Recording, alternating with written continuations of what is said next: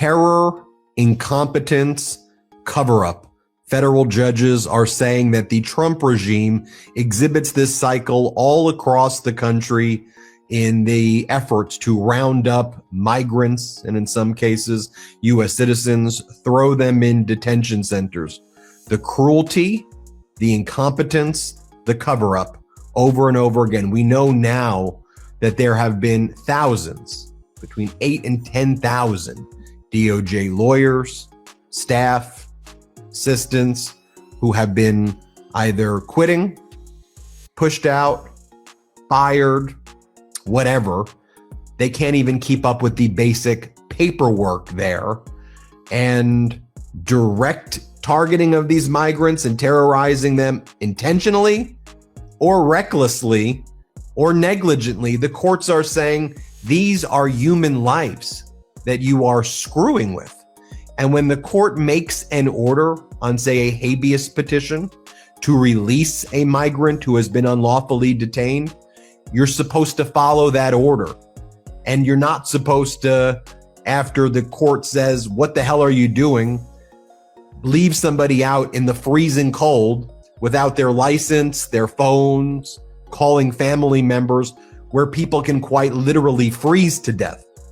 We saw an example of that. Again, the cruelty, the terrorizing, the cover-up, the incompetence, all mixed together with the death of a Burmese refugee, Nural Amin Shah Alam, 56-year-old, blind and disabled, detained by Border Patrol in Buffalo last year, thrown in a detention center, released in the past week or so. I think it was on February 19th or so, right around that time period, without any notification of the person's family or without giving this individual any of their belongings in freezing cold Buffalo weather.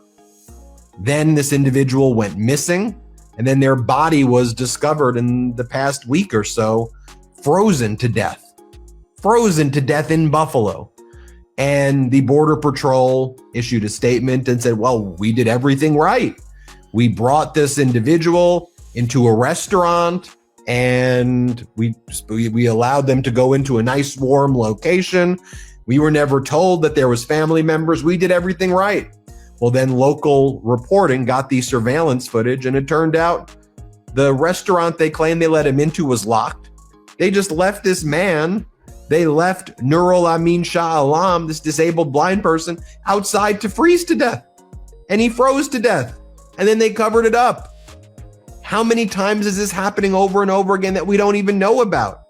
A federal judge in Minnesota on Friday said that the Trump regime has been terrorizing refugees, violating the promise America made to them when they fled persecution at home by locking them up illegally.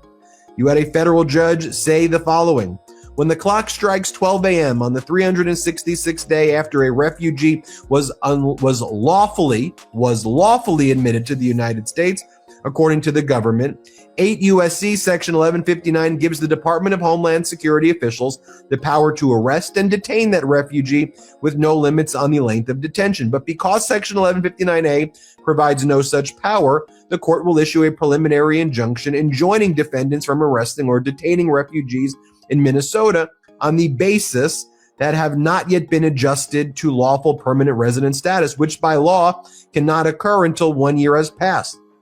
The court will not allow federal authorities to use a new and erroneous statutory interpretation to terrorize refugees who immigrated to this country under the promise that they would be welcomed and allowed to live in peace, far from the persecution that they fled.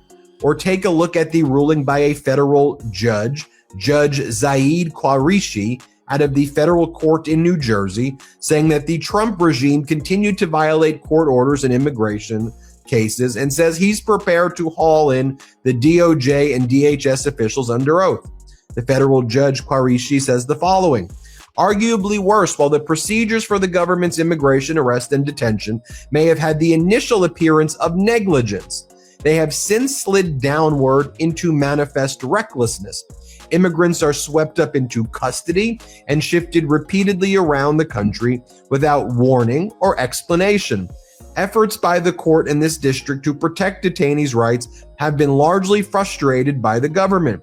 Earlier this month, the U.S. Attorney's Office conceded to violating 72 orders issued in immigration habeas cases in this district alone. That number by itself is objectively appalling, but at least one judge has indicated that that number was underreported.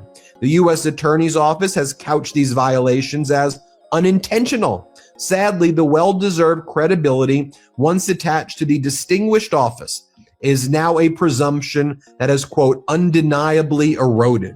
The government's continued actions after being called to task can now only be deemed intentional.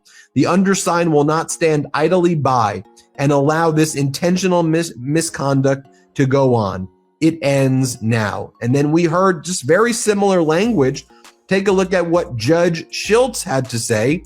He's the presiding district court judge in Minnesota. One way or another, ICE will comply. Right? Almost identical language. This court will continue to do whichever is required to protect the rule of law, including, if necessary, moving to criminal contempt. One way or another, ICE will comply with court orders. And here's what Judge Schiltz says about the district court in Minnesota hearing cases like this. This representation by the federal prosecutors appear to be untrue. Attached as Appendix B is a list of additional cases in which ICE has violated court orders, most of which violations occurred after the entry of the January 28th order, despite the United States Attorney's assurances of redoubled efforts that have led to considerable improvements. Appendix B documents 113 additional orders that ICE has violated in 77 additional cases. Again, above and beyond 97 orders that ICE violated in the 66 cases identified in Appendix A. If anything is beyond the pale, it is ICE's continued violation of the orders of this court. Increasingly, this court has had to resort to using the threat of civil contempt to force ICE to comply with orders. The court is not aware of another occasion in history of the United States in which a federal court has had to threaten contempt again and again to force the United States government to comply with court orders. I want to bring in Harry Littman from the Talking Feds YouTube channel, Talking Feds Substack. Harry, while all of that's going on, I could point to every federal judge basically in this country who are writing orders like that. You have Trump regime officials and influencers and former Trump regime officials like Alina Habba, who used to be the United States attorney in New Jersey, attacking Judge Qureshi and reposting breaking. Islamic Judge Qureshi faces calls to be impeached, and she reposts that and says, I know a thing or two about that judge. So the stochastic terrorism that then exists by these MAGA influencers at the behest of Trump's inner circle. What do you make of it all, Harry? Where to start, Ben? I want to move quickly to the two judges, and you're right, they are echoed now around the country, and the very well-earned over generations of credibility of the Department of Justice has now been squandered, a matter that's tragic to former DOJ types like myself, but also eventually really harms the public and the interest in public safety. But I was sort of just listening to you recite some of these anecdotes and more. The blind man in Buffalo, the one from Judge Qureshi has to do with someone they just picked up who'd been here for 10 years with a family.